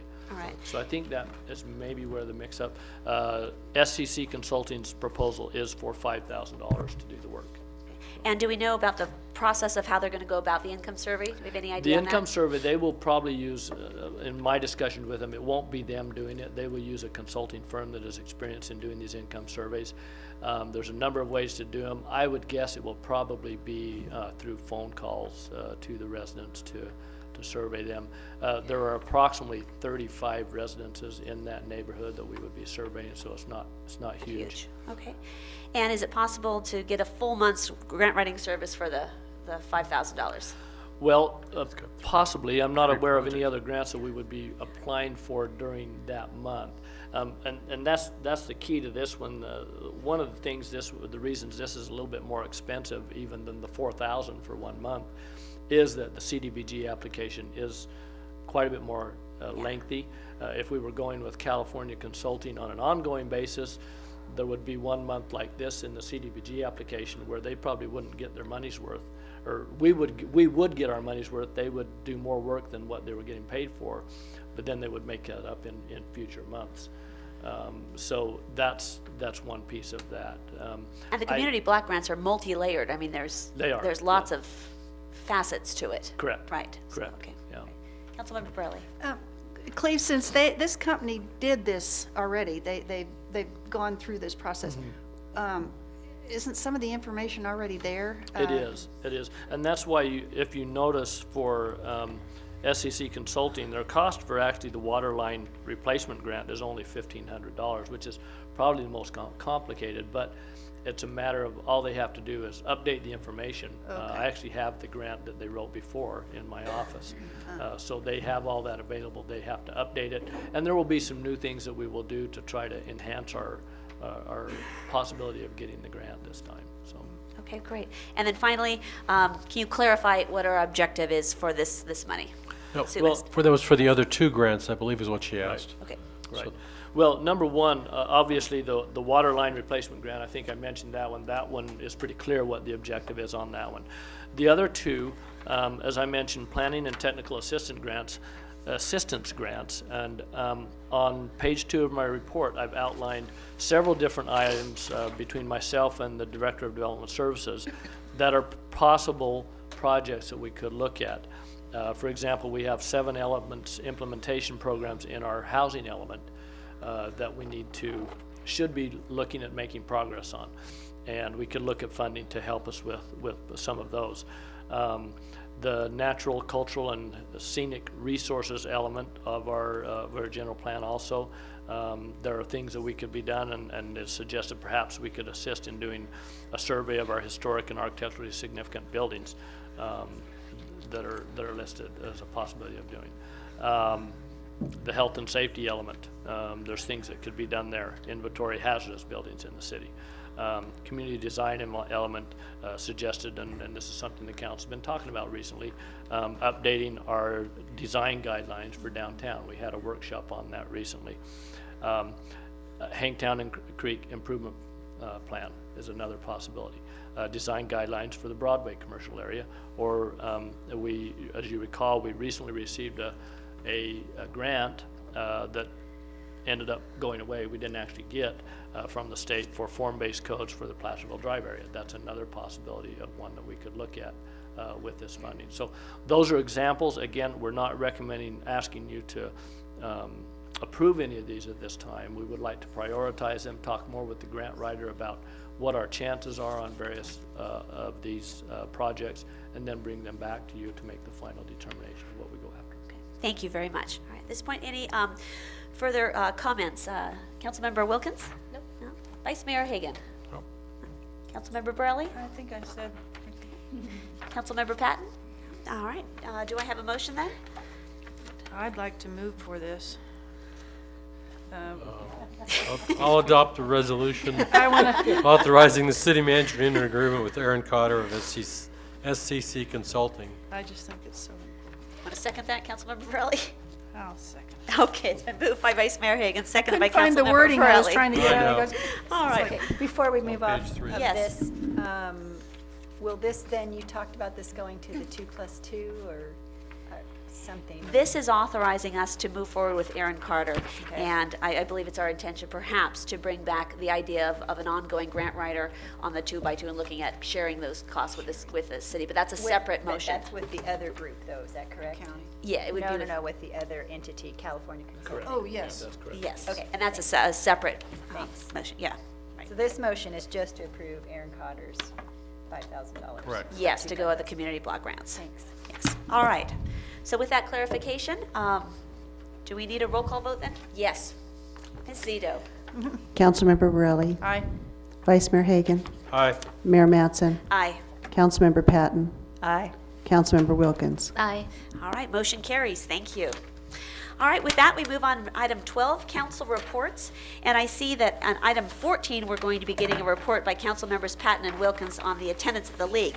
So at this point, are there any other council reports outside of that event? So I'll start with you, Councilmember Patton. Considering there were no appointments to commissions, probably not. Yeah, no, not much. Councilmember Borelli? I just like to say that Wendy and I attended, it's called First Thursday Dinner Forum, and Carol was there too. And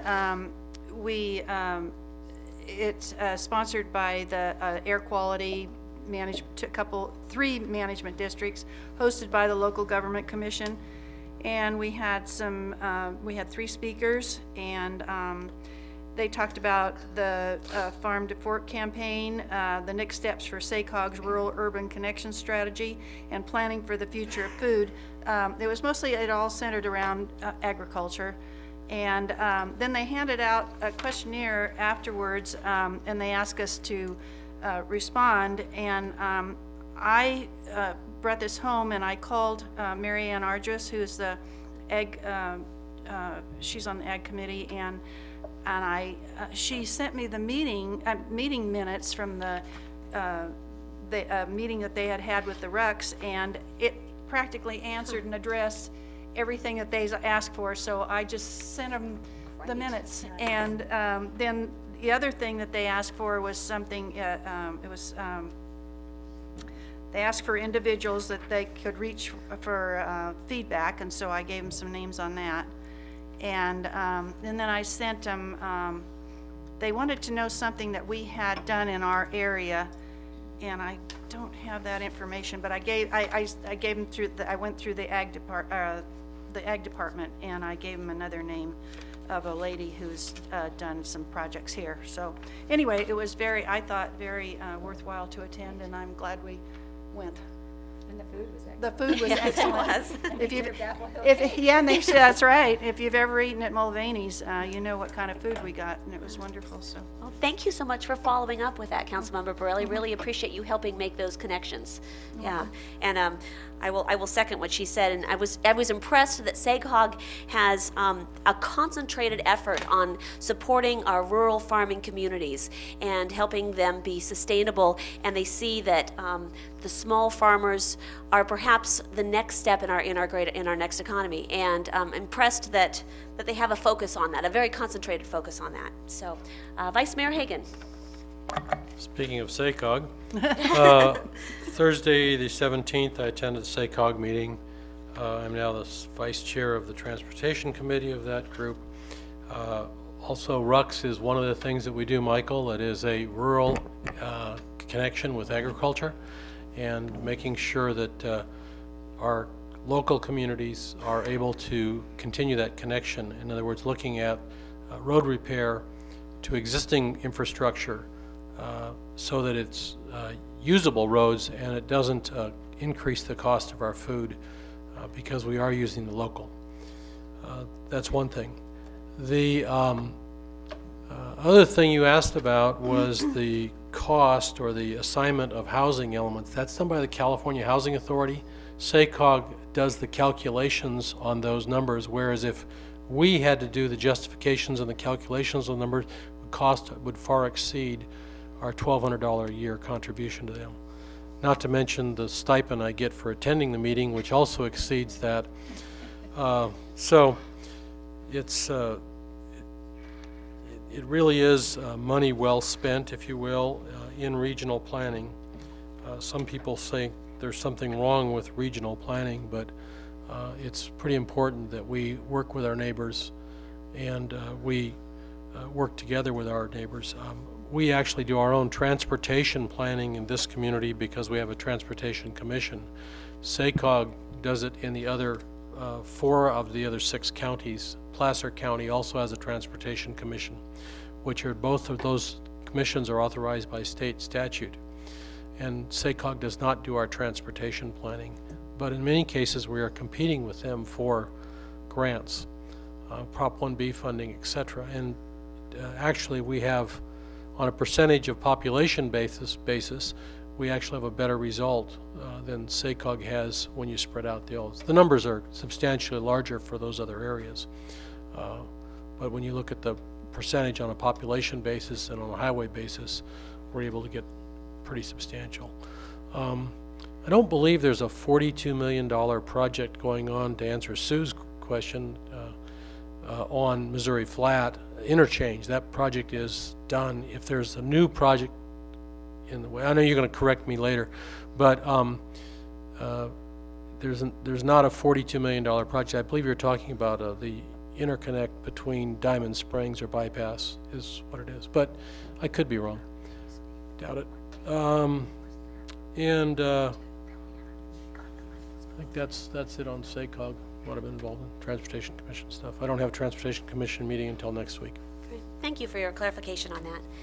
Councilmember Wilkins. Not yet. All right, not yet. All right. All right, at this point, we'll move on to items pulled from the consent calendar, and that's item 8.1. And Councilmember Patton, you pulled that, so. Yeah, this was the minutes of the Mercy Way conditional use permit. I had I'd like a little bit of clarification, probably from Councilmember Hagan, who made the motion. It has to do with item 13, including the sign in the conditions of approval. And I don't recall it being included, and I was, staff informed me that it has to do, the sign had to do with the parking lot. And so. The parking, it had to do with loitering. Loitering in the parking lot. And so is that your recollection that that's what that was? It's not a sign per se, it's the signage that's required. Just like in any parking lot, there's going to be signage for ADA parking. There's going to be restrictions when you come in the lot, and I don't believe those require a special hearing or a authorization. No, I just wanted to, I was Yeah. just curious as to where that came, and then should we say in the, well, yeah, that's all. That was my question. No, I think to answer your question about this item on that CPU, I believe this meets the intent, and there might be one or two grammatical corrections, but I didn't see anything in there that was not with the intent of the motion. Perfect. Thank you. All right. So, do we need to have public comment on this? Yes, okay. Any member of the public wish to comment on item 8.1, the minutes from the last council meeting? Hi, Sue. Sue Taylor, I just wanted to respond to Carl's statement. This is that just he on the minutes. This is on the minutes. This is just on the minutes. Sorry. Okay. So. You can talk to me afterwards. Can we do that later sometime? Sure. Just Yeah. explain that? Yeah, this is just on that we need to stick to the agenda. Thank you, Sue. Anyone wishing to comment on the minutes of the last council meeting? All right, with that, we'll close public comment and bring it back to the council for, do we have a motion to approve the minutes? I move for the Mercy Way CUP to be approved as conditioned. Second. It's just Oh, the the approval minutes. of the minutes as they stand, Yeah, Minutes yes. as they stand. Second. So do you have, okay, so it's been moved by Councilmember Patton, seconded by Councilmember Borelli. All those in favor? Aye. Aye, all right. And with that, we move the city manager and staff reports. Item 14.1, report by council members Patton and Wilkins on their attendance at the League of California Cities New Mayors and Council Members Academy, which is an incredible event. And Councilmember Patton, would you like to start? Sure. First of all, thank you to the city and the residents of the city of Placerville for sending me to this, because I found it incredibly valuable. And one of the things that has concerned me, and one of the reasons I ran for office, was because of the communication issue and the whole transparency issue and getting word out of what the city's doing. And this woman from Fremont talked about it. One of these sessions was on social media and how they deal with interacting with the public, and theirs is an open-faced dialogue. The community is allowed to comment on their site, and they have found it to be incredibly rewarding. There's been issues, obviously there's going to be issues, but their police department has an interactive Facebook page, their recreation and parks has an interactive Facebook page, not their administration. So they have 5 different pages that they monitor all the time, and I just found that to be incredibly rewarding, because that's what I would like to see our community get to, is this idea that it's okay to comment on our Facebook page. The one-way dialogue for me isn't, I don't feel it works as well. So that was really, really encouraging to me. The speakers, and I happened to see Dave Warren shortly after I saw this one speaker, but I don't know how many of you ever listened to finance directors talk in the public forum, but you know, generally, men in suits that talk about numbers all day long, they're not very compelling. The man, this finance director from Roseville, was all of that in a bag of chips. The man had it going on. He runs this $260 million budget, and he knew everything about everything, and he was so dynamic, and he had so many good things, and he was a public servant, and he loved it, and everything he said, it was so exciting. And he's a numbers cruncher, and I just was so excited to hear him, and you know, it's not like I had this one-on-one dialogue with him, but I saw Dave Warren shortly thereafter, and I was like, oh my gosh, this guy's great. And I think that is really important, that we recognize our public servants that are out there that love their job. I think Cleve Morris does an amazing job, and I think he loves his job. And those kinds of people, I don't know, I think as a general rule, the public doesn't really appreciate public servants, and I just want to be on the record as saying I appreciate not only Cleve, but John Driscoll, and Steve Ewell, and Susan Zito, and Dave Warren, and George Nielsen, and all the other people that make this city run day to day as best as they can. And I know that there's transparency issues, and I know there's public that are frustrated. And I just want to say that as a member of the public that got appointed or got elected up here, my job now is to be open and accessible to the public, and to remember, and I went away with this, and I think Tricia can probably recognize the statement, was that remember that we are doing the public's business in public. And so I came away with a few things. One was Barry Goldwater saying, you can disagree without being disagreeable. You know, so I just really had a great time. They're going to do a Planning Commission Academy. So I'm hoping that we can somehow scrape together the money to send a couple of planning commissioners to this academy, because it was just so rewarding for me. I'm hoping that the council will find it in the budget, or Cleve can kind of do his magic and pull it out of the hat. And anyway, so that was my experience. Oh, but before I stop, on Friday, I just have to do this other plug. I decided to take transit into the city of Sacramento. I'm telling you, it was so awesome. I got to the fairgrounds, the bus was warm, the windows were clean, the lady was nice. I could either talk to her or not. I could talk to the other people on the bus or not. She was just delightful. So for me, I just want to put a big kudos out there to El Dorado Transit. My $5 was very well spent, and that's how I think we should send our people to Sacramento at least one day, when they go down to these academies, just to experience it. They took me within 1 block of the academy. And I was just really taken with that. The bus was amazing. It was a great experience. And so that's all. That was my experience. Well, thank you so much for taking your time to do that, and thank you for commuting. That saved the city of Placerville quite a bit of money, and really appreciate it. So, and thank you also for taking your time to go down there. What would you like to share with us, Councilmember Wilkins? Well, I agree with Carol about the social media. That was really interesting, because it was broken into segments of the social media. I think it was like the second day, and they did, and I think it was like 26. They were trying to decide if they wanted to allow people to post, and I think that since it's been running, they only had to pull like 26 comments off of there for being hateful or something that the city had a policy against, which is pretty awesome considering that anybody can talk on it. I think that would be nice to have Placerville, even if we don't have 5 all together with each department. Even if we had 1, that would be really neat. Another thing that I did, I attended the League of California Cities luncheon that they invited us to after the ethics training on Saturday, which the ethics training was awesome. We got it 2-hour block, and it wasn't as boring as I had been hearing about. It wasn't bad at all.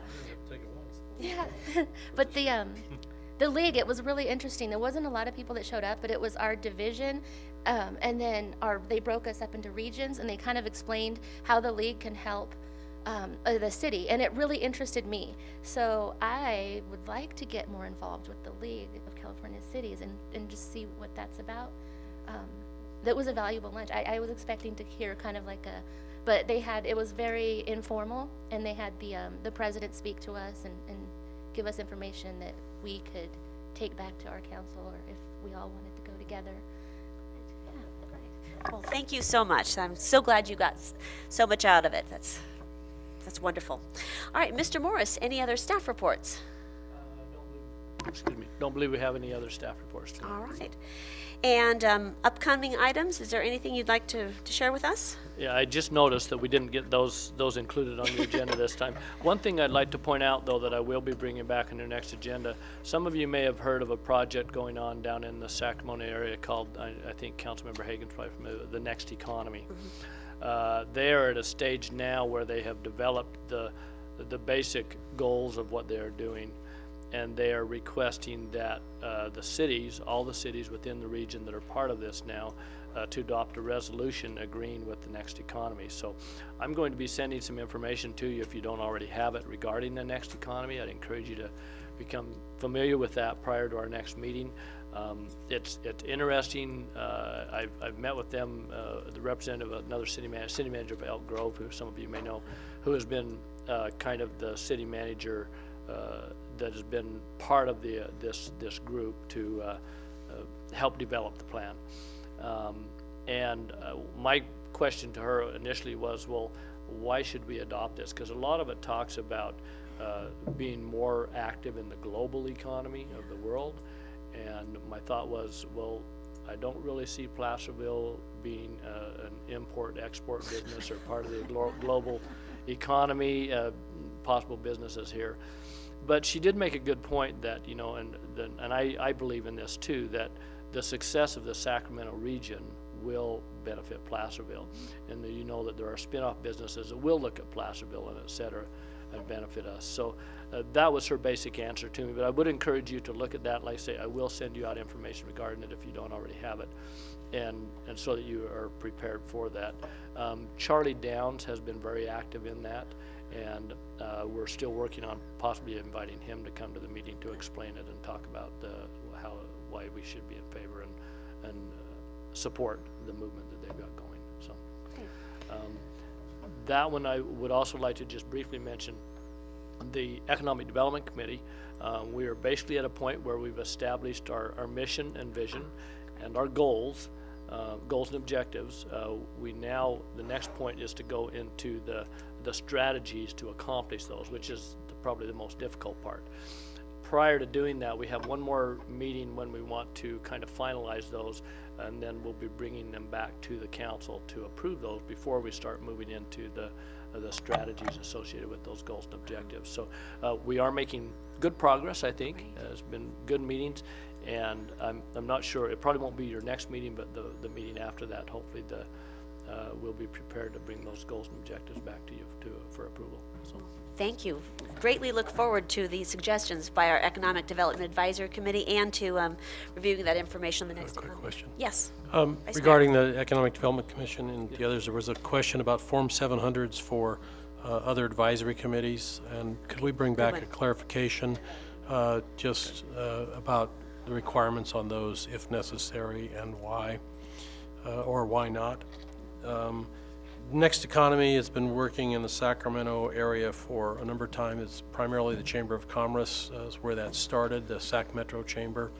And they did a great presentation in Washington, D.C. at the last year's Cap to Cap, along with some people from the Department of Labor and others that were talking about making sure that this economy, when it gets reintegrated, that it reintegrated is not the right word. Re-energized, that we, we do make sure we take a broader approach so that we're not. We're relevant. Yeah, so that we're not all omni-dependent upon government in the Sacramento region. I mean, if you want to look at one primary thing, that was what I took away, is that we don't want to be dependent on government. We want to be dependent upon an economy that's vibrant and varied. So there's a lot of different things going on, not manufacturing, technical stuff, health, sciences. Health is going to be a big issue in this area with UC Medical Center. So anyway. Great. Thank you, Vice Mayor Hagan. Could I Yes. forgot to mention, back to the grant situation. The SEDCOR is going to present like a class on grant writing. And I don't have all the information, but I will find out that maybe somebody from the city or would like to attend that. Okay. Great.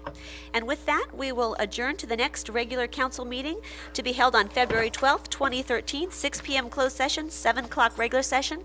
Good night, everyone, and thank you for being here in attendance and for watching at home. Have a good evening.